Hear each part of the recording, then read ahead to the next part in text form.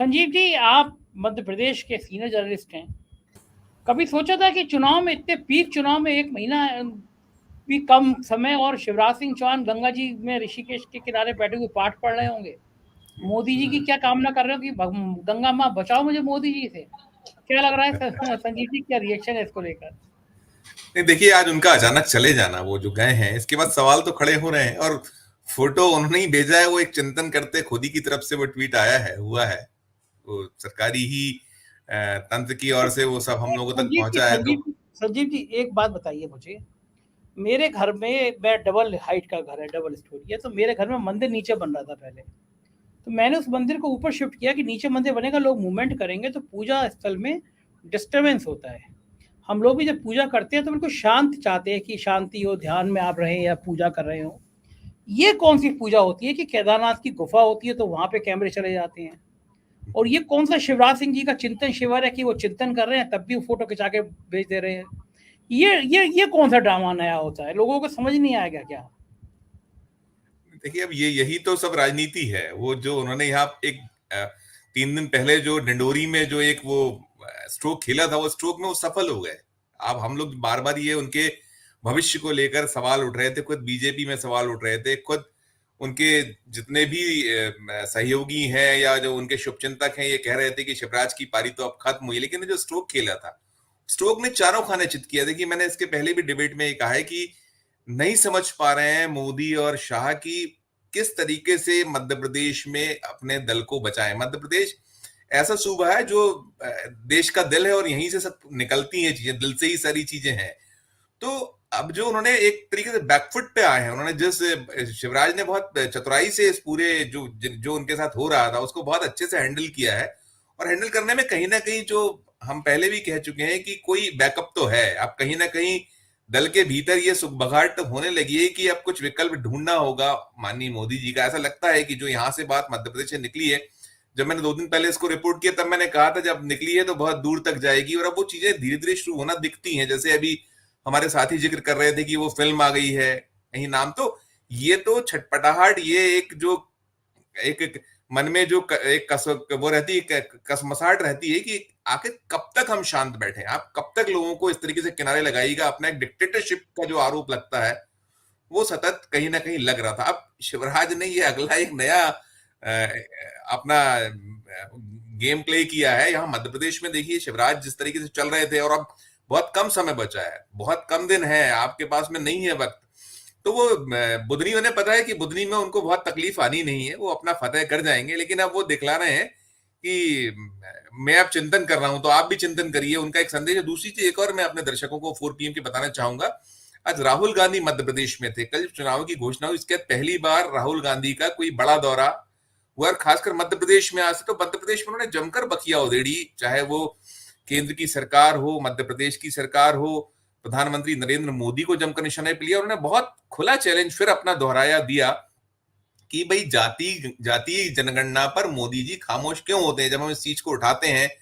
उनके पास सब कुछ है, वो चाहे तो वो पुराने आंकड़े जग जाहिर कर दें, निकाल दें, क्यों इस पे नहीं बोलते हैं। उन्होंने आज साफ साफ कहा कि अब ये देश बहुत दिन तक रुकने वाला नहीं है, अब इस पे होना चाहिए। और एक नई चीज और कही है संजय जी, जो मैं अपने दर्शकों को जरूर बताना चाहूंगा। उन्होंने जो 90 लोग जो देश को चला रहे हैं, उनने अफसरों की और जो जिक्र किया था कि ना संसद कानून, सांसद कानून बनाते हैं, ना विधायक बनाते हैं, ना नेता बनाते हैं कानून, तो और इसके पीछे सारा कुछ जो देश चल रहा है या जो सब बनाया जा रहा है, कानून बन रहा है, उसके पीछे नौकरशाही है।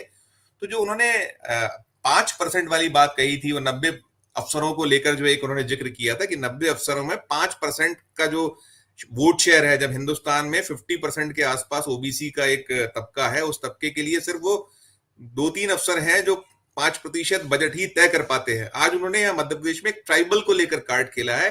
ट्राइबल को लेकर उन्होंने बड़े चतुराई से, देखिए मध्य प्रदेश में जो 47 आरक्षित सीटें हैं 230 विधानसभा सीटों में, 47 वो 32 सीटें हैं एससी के लिए।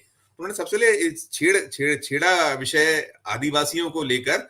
उसमें उन्होंने ये कहा है कि आदिवासियों का मैं आपको वोट बताऊंगा कि उनके हाथ में कितना पावर है, जबकि देश में 15% के आसपास आदिवासी हैं।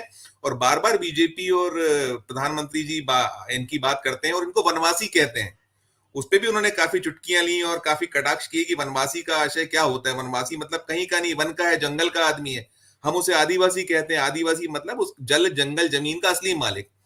और उन्होंने ये भी कहा कि मैंने मोदी जी को अब मजबूर कर दिया है कि आप वनवासी छोड़िए, और अब वो आदिवासी कहने लगेंगे। आदिवासी वो कहते जरूर है, मन से नहीं कहते हैं।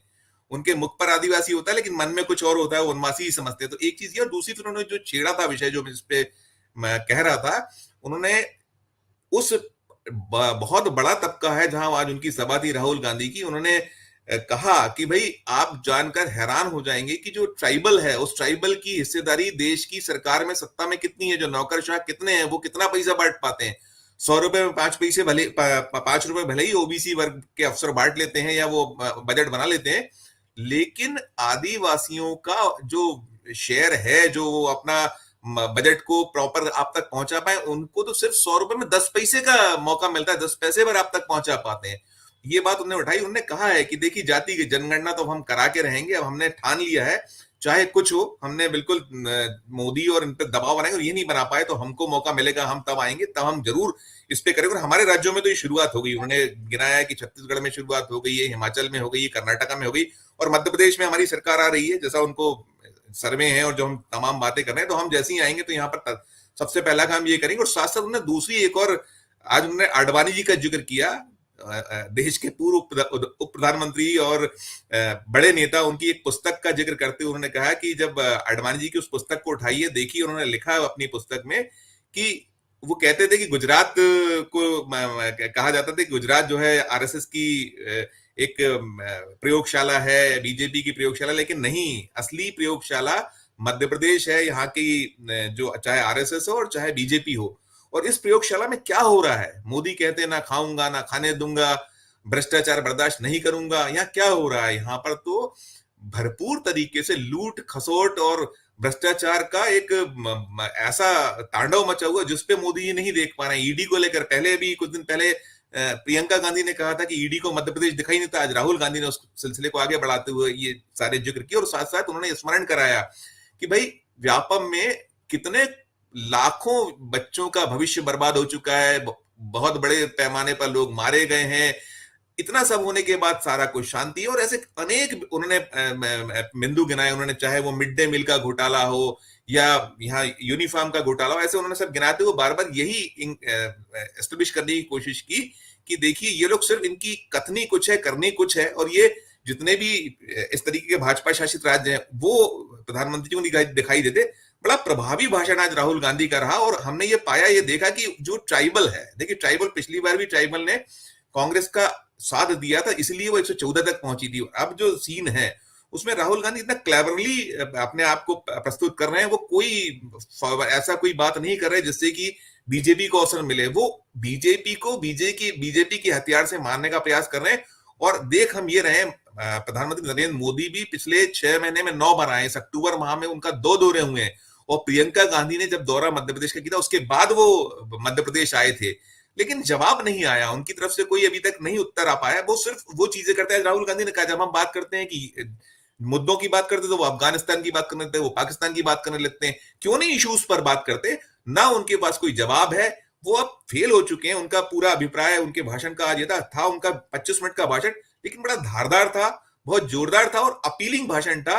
उससे भी बीजेपी में खलबली मची। भले ही बीजेपी ने अब तक अपने 136 कैंडिडेट घोषित कर लिए हैं, शिवराज को टिकट दे दिया है, 24 वो मंत्रियों को टिकट दिया है, जिसमें कई कमजोर कड़ियां हैं। ये जो चौथी सूची है, जिसको लेकर बीजेपी बार बार कहती थी कि चौथी सूची भी चौंकाएगी, जो केंद्रीय जो नेतृत्व है, जो जहां से टिकट बट रहे हैं, चाहे मोदी शाह हो या उनके जो सिपाह सालार मध्य प्रदेश को संभाले, वो बार बार संकेत देते कि अब जब चौथी सूची आएगी तो देखिएगा आपको चौंकाएगी। तो निश्चित तौर पर हम तो चौंके हैं।